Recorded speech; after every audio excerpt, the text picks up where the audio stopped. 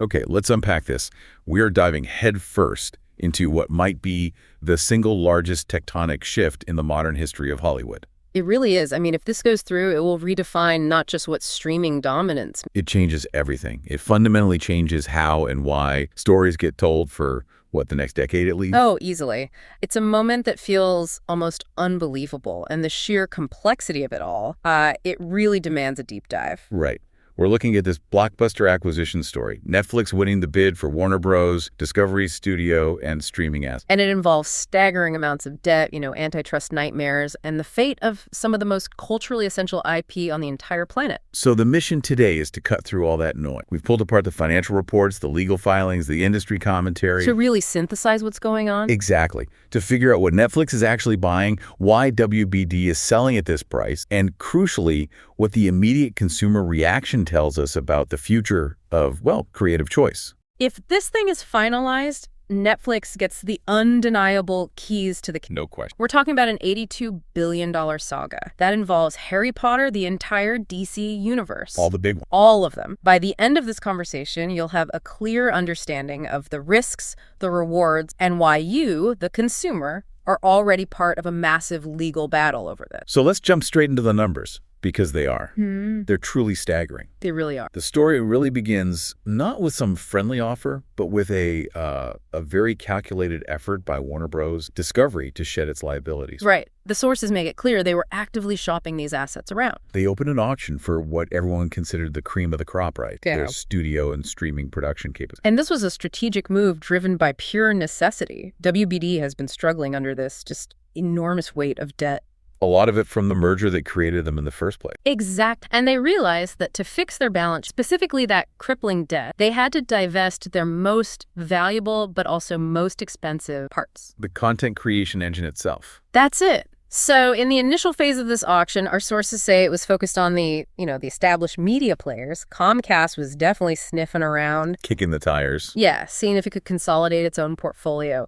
But the real action was centered on Paramount. Right. Paramount looked, for all intents and purposes, like they were 100% set to win this thing. It made sense. They're a legacy studio, they get the production business, and combining their properties with WBD's, it made a lot of structural sense for achieving scale. The whole industry was basically waiting for this traditional media marriage to be announced. And Paramount's bid, from what we understand, was heavily stocked, leveraging their existing market cap. They were looking for integration, synergy. But the moment Netflix stepped in, the whole game changed. Completely. It proved that the old Hollywood playbook was just irrelevant. It became obvious that WBD wasn't looking for a partner.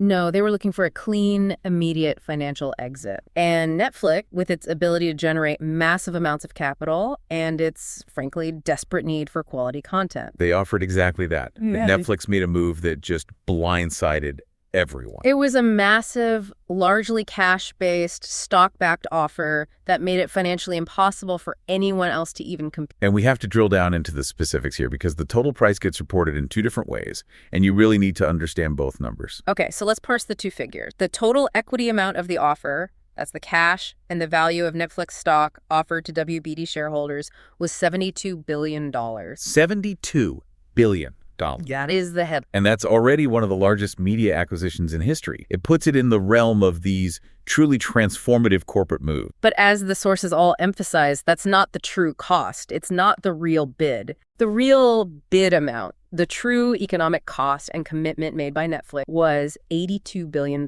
So where does that extra $10 billion come from? That $10 billion difference isn't some hidden fee or a future projection. It's a present enormous financial responsibility that Netflix immediately agreed to shoulder. It's the existing Warner Brothers debt. Exactly. Netflix isn't just buying the fun stuff, the assets. They're fully absorbing WBD's financial burden related to those studio operations. And that is absolutely key. For WBD, this provides an immediate, necessary financial clean. For them, getting that debt removed was arguably just as important as the $72 billion in cash and stock. And for Netflix, what does that signal? This commitment, agreeing to take on $10 billion in debt, it just demonstrates Netflix's deep, almost desperate confidence that the value they're acquiring is worth far more than the $80. So it's a long-term strategy. It signals their belief that this debt is manageable because the content assets are simply irreplaceable. It changes the risk profile entirely. It's Netflix betting their entire future on the idea that immediate total content dominance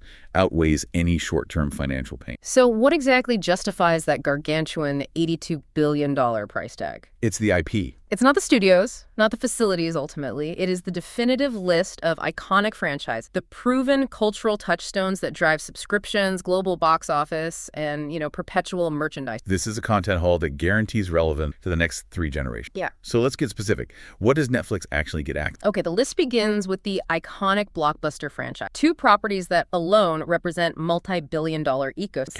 Harry Potter and Barbie. I mean, Harry Potter is an evergreen, multi-generational machine. You've got films, books, theme parks, and endless potential for prestige TV. It never stops. And Barbie, especially after its recent, globally dominant film. Oh, absolutely. It's now proven as this agile, adaptable, and immensely profitable IP that appeals to a massive, diverse global audience. So Netflix suddenly owns the future of both of those worlds. Then you have the superhero IP, the entire DC universe. This means the rights to Batman. Who the source specifically highlights as the property people are most concerned about preserving creatively. They are, but it's not just Batman. It's Superman, Wonder Woman, The Flash, and, as the source puts it, everybody else we care about in the DC stable. This gives Netflix a direct competitive answer to Disney's Marvel dominance, which they have never had before. Never. And it goes beyond modern blockbusters. It goes to classic characters that have proven appeal for decades, which is essential for broadening their family audience. Looney Tunes. They get Looney Tunes, Bugs Bunny, Daffy Duck, and the Flintstones. These IPs provide endless opportunities for high-quality animated spin-offs and family-friendly content that works globally. And then there's the prestige stuff. This is crucial.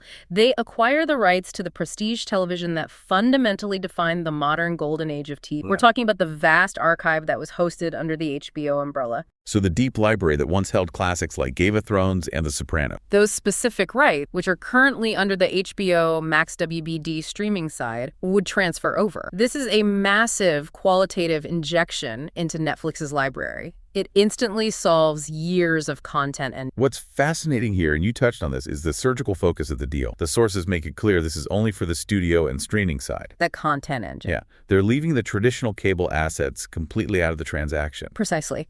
They're getting the creative infrastructure and the IP catalog, but they are letting WBD retain and manage its traditional, and you could argue declining, infrastructure, like its cable channels. And that surgical approach is highly strategic. Oh, it's a detail that will be leveraged later in the regulatory review process. Yeah. It gives Netflix instant, undisputed content. It really does look like a perfectly crafted deal. It's designed to alleviate WBD's crushing financial pain while giving Netflix instant, market-dominating IP and production capability. Which brings us to the motivation. So we know the staggering price, and we know the impressive prize pool. But to really get the full implications, we have to analyze the strategic gains for both sides. Right. Why did WBD effectively sell its creative future? And why on earth did Netflix agree to pay so much and take on $10 billion in debt? This is where we connect that high price tag to specific, necessary corporate goals. It's not just about money. No, it's about structural survival for WBD and total market dominance for Netflix. Let's start with Warner Bros. Discover. For them, the motivation is overwhelmingly financial. The sources paint this picture of a company just desperate to stabilize its balance. And a clean sale of the studio and streaming assets was an immediate and effective solution. The primary driver was that $10 billion debt burden. Like we said, it's the financial aftermath of the initial merger that formed WBD in the first place. Mergers are expensive,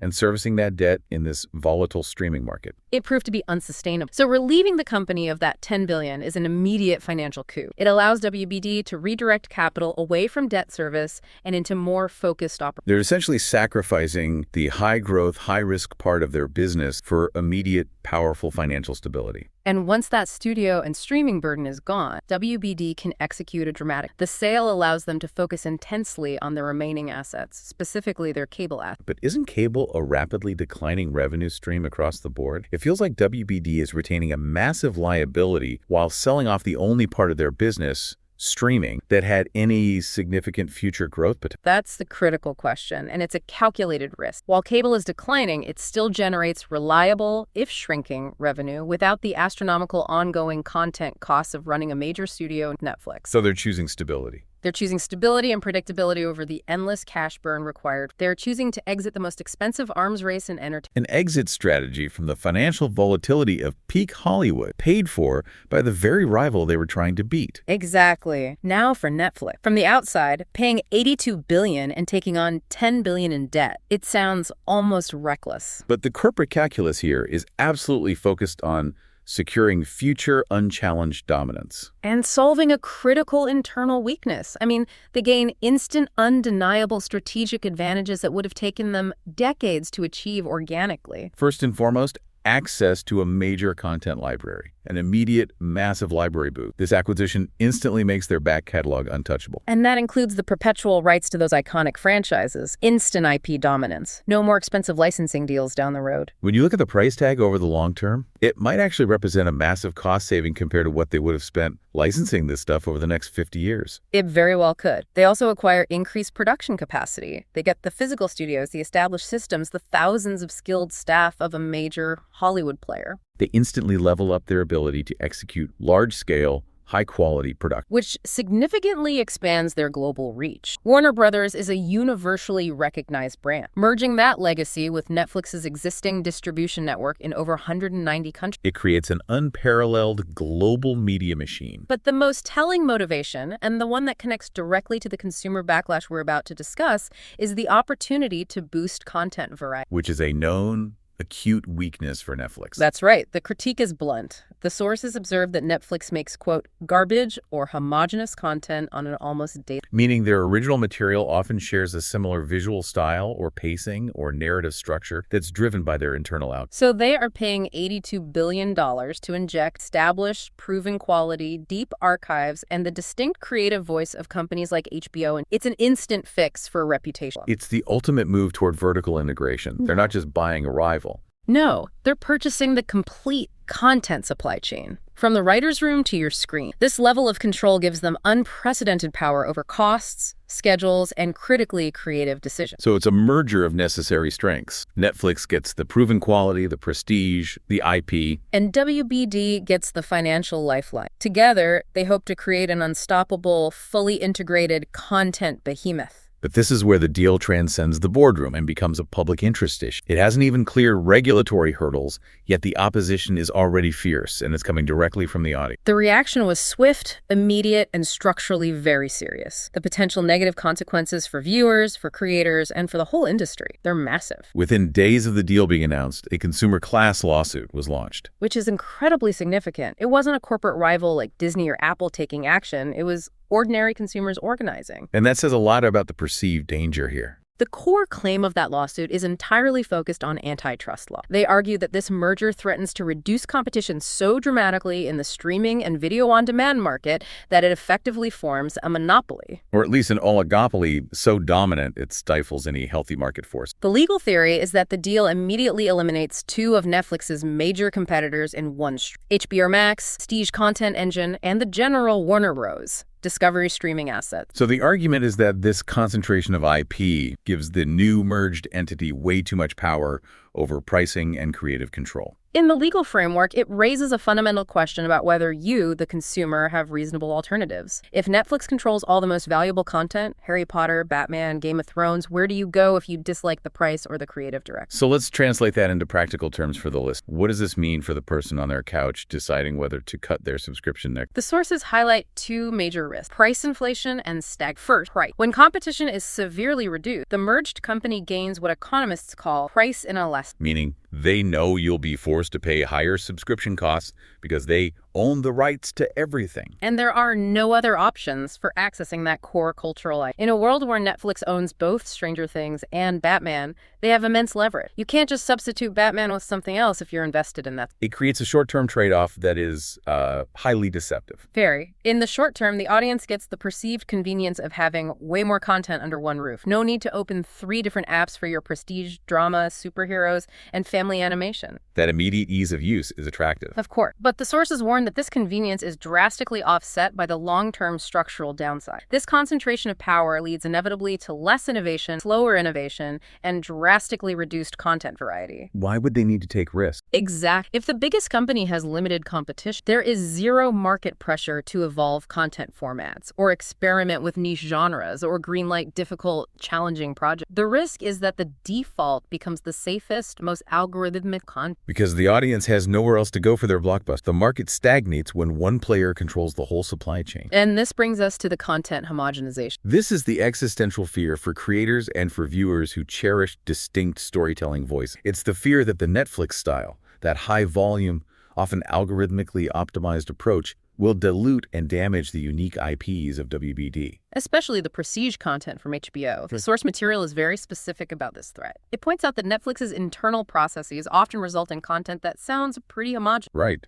Think about the signature of HBO Max complex, character-driven prestige drama, often with longer runtime, challenging, morally ambiguous storyline. It's the polar opposite of Netflix's model, which is focused on high volume, fast pacing, and standard 8 or 10 episode structures designed to maximize binge watching. And the specific danger, as highlighted in the sources, is that this homogeneous style might start to cross over into content like Batman. Imagine a Batman series designed purely to maximize watch time metric, rather than to explore dark, thematic character complexity. Right. The sources note the audience's deep interest in preserving the distinctiveness of Batman. Under WBD, they produce critically acclaimed, visually distinct, often R-rated film. Under a homogenized Netflix model, there's a real fear that future DC projects will be mandated to adhere to a global PG-13 metric-driven template, which would dilute the quality and distinctiveness that made those properties so valuable in the first place. The implication is a massive loss of diversity. The distinct voice of HBO, the specific humor of Looney Tunes, the gritty depth of DC, all that variety the audience has enjoyed is now at risk. It all gets filtered through the production demands of one monolithic streaming giant, which has the power to define the creative rules for content globally. And beyond the viewer's screen, the ripple effects of this could reshape higher structure, impacting everything from movie theaters to the livelihoods of the people who actually make the show. One major concern is the impact on traditional theatrical. Netflix's bread and butter is streaming. Historically, they've resisted traditional, long theatrical windows. A shift in focus could mean less and less theatrical releases for major blockbusters. If the biggest content provider, now armed with Harry Potter and Barbie, decides those films go straight to the platform, it could really, really hurt. More than they've already been hurting. Structurally, the merger also means fewer independent studios can compete for attention. If Netflix consolidates the biggest IPs and the most valuable production capacity, it just shrinks the field for everyone else, making it nearly impossible for mid-tier streamers or new entrants to compete for premium content rights. And finally, the immense power imbalance. This concentration of corporate power grants the merged and significantly more bargaining power against writers, directors, producers, and actors. The sources refer to the creators as the peon, which is a pretty blunt piece of industry language that highlights this perceived power imbalance. And when one massive entity controls the vast majority of premium content creation, distribution, limits employment options, it suppresses wages, and it restricts creative freedom for the labor behind. So this raises an important question that the lawsuit forces us to confront. How much short-term convenience are we willing to trade for the critical long-term structural harm of shrinking creative diversity? It's a choice between the ease of access and the health of the creative market. The audience has to weigh that immediate ease of use against the potential for a long-term scenario where, as the sources note, you have nothing good to watch because they own everything and all they want to make is garbage. It forces a real difficult evaluation. Okay, so the $82 billion deal, the IP portfolio, the consumer revolt, it all remains hypothetical until the final hurdle is cleared. And that hurdle is the regulatory gauntlet. The deal is not final. This is where the world's governments step in. The deal is dependent on major regulatory approval, and because of the global nature of both companies, that process is multi-jurisdictional and layered. The approval is needed both on the U.S. side and international. The U.S. regulators, the DOJ and the FTC, they look at competition domestic. But competition boards in the European Union, the UK, and other major markets will have their own say on whether this creates an unhealthy market dominance within their border. The sources provide an interesting nuance on the U.S. side. The analysis suggests that the current U.S. administration might not put up as many roadblocks back. Really? Yeah, perhaps due to precedents set in other recent large-scale media. But this is far from guaranteed. The general trend from the FTC is skeptical. And international. The expectation is that Netflix might face a much tougher. The EU, for example, has historically been far more stringent about local competition. Especially when a U.S. tech giant tries to consolidate this much global content. This process could drag on for years. Now, we did note earlier that surgical sale, leaving their cable assets out. Right. Their legal team will surely argue that the monopoly claim is overblown because WBD still exists as a media entity. They'll argue competition remains vibrant in that but the sources quickly dismantle that. Because Netflix is acquiring such a big chunk of the streaming. Which is the forward-looking market, the future of media. The few cable channels, it probably shouldn't have that big an effect. The streaming segment primary. So this is a massive shakeup that's currently pending government scrutiny. The antitrust ruling will fundamentally affect every streamer, big and small, globally. It will determine the competitive environment for the next. The sheer size of this acquisition means it's not just about one company getting bigger. It could reshape the fundamental architecture of Hollywood. It affects what kind of stories get made, who gets financing, and who maintains creative control. If this merger goes through, the competitive landscape just fundamentally changes. I mean, consider the fate of mid-tier streamers like Paramount Plus or Peacock. How do they compete? If Netflix can offer Harry Potter, Batman, Stranger Things, and Game of Thrones all on one platform, the value proposition of smaller serve becomes incredibly difficult to justify to consumers. It also affects the flow of talent. The decision-making process for creating a major film, say in a new Harry Potter sequel, moves from a diverse group of high-level studio executives who often compete with each other to a single, monolithic corporate culture driven entirely by Netflix's platform needs and algorithms. Which brings us back to that fundamental debate that consumers and regulators have to face. Do we accept streaming and content production being dominated by a handful of giant players? Or is it structurally better for the creative economy to preserve those smaller content more diverse? If the consolidation is approved, the ability of any newcomer to break into the prestige IP market becomes nearly impossible. Every major card will be held by a single hand. It fundamentally alters the economics of content-wise. Since the outcome hinges entirely on the unpredictable nature of global regulatory review, we should probably distill the possibility. Okay, so scenario one. Regulators block the merger entirely. This is the clean break. An antitrust ruling, either domestic or international, that says the consolidation of power is too harmful to the market. That would immediately stop the deal, likely resulting in fines. Maybe Netflix has to pay WBD a breakup. Scenario 2. Warner Brothers Discovery accepts a rival. Right. If the regulatory drama in Washington or Brussels gets too intense and protracted, WBD might just decide it's easier and faster to accept a slightly lower bid from someone else. To deal with less drama than fighting antitrust bodies in court for years, time is money. Okay, and scenario 3. The merger goes through with important restrictions. This is often the most likely compromise path. Regulators might demand that Netflix divest certain small assets or, more likely, agree to specific contractual obligations. Like guaranteeing theatrical windows for certain films or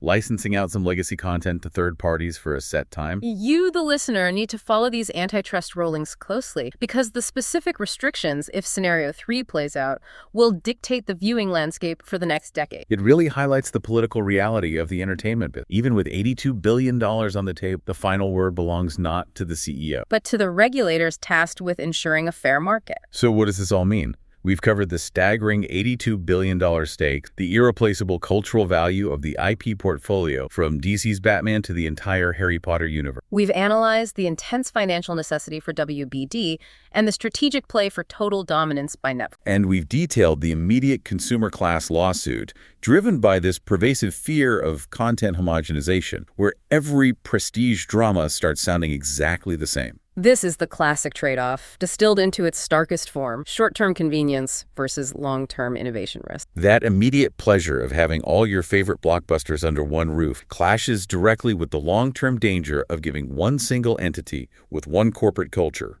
total control. Control over the direction of global story. One giant holding the key to rule them all. That's the choice before us, the viewers, and before the regulators who will determine the future of competition. The outcome of this merger ultimately evaluate how much, from beloved superheroes to the foundation drama algorithm, the preservation of content, whether the next wave of may hire an eye on who gains that